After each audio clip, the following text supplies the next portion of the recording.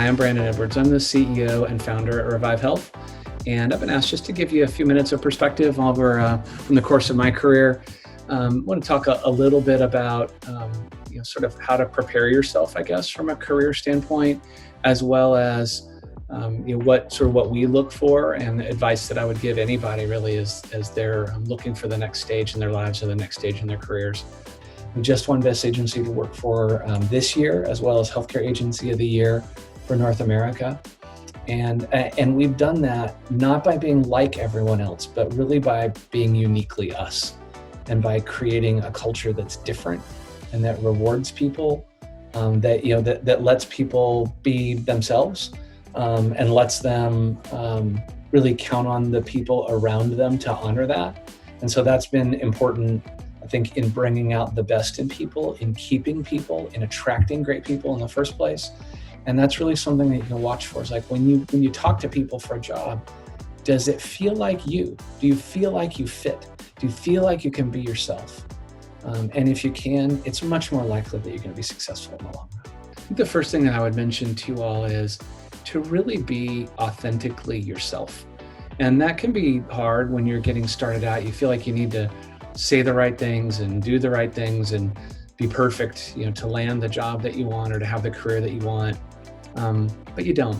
You need to be you. And obviously you need to be appropriate, and you need to think about, how you show up to interviews and how you show up to meetings and those kinds of things.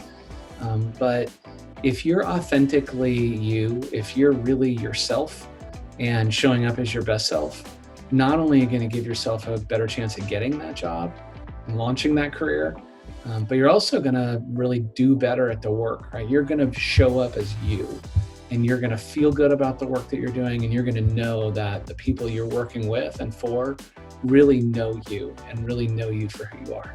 I think another really important thing to think about is figuring out how to really specialize in some way in your life.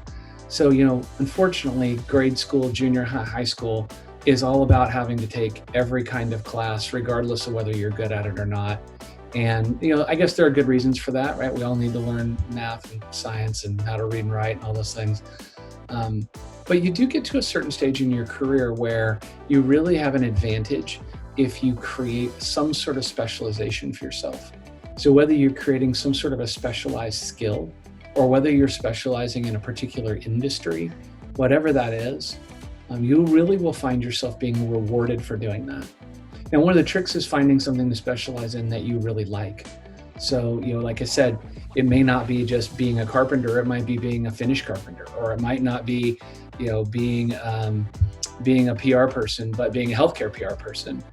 In our world in particular, we really look for people who have a specialized skill set and who understand and know healthcare.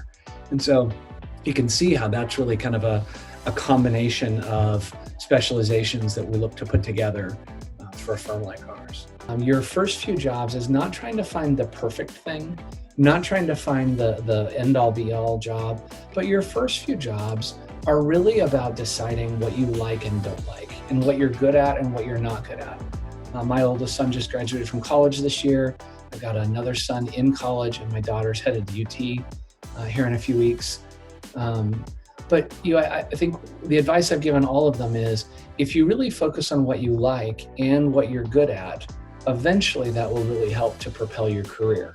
So early on in your career, you may not know everything you're good at or even what you like. So those first few jobs are really kind of about test drives, right? It's about doing different things and learning different things.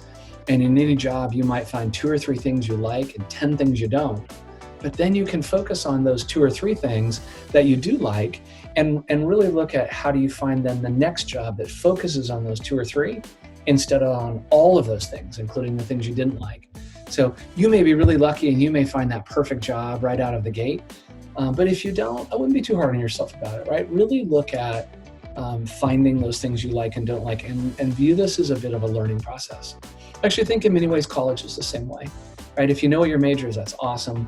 But if you don't, that's okay, right? Go and take a lot of different classes and kind of figure it out.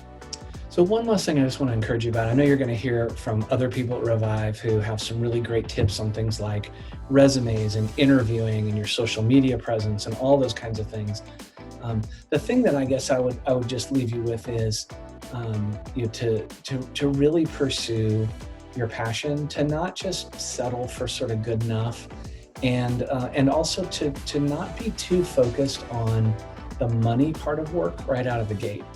That will come over time. But I just really encourage you to try different things, and then to focus on building out something that's yours over a period of time.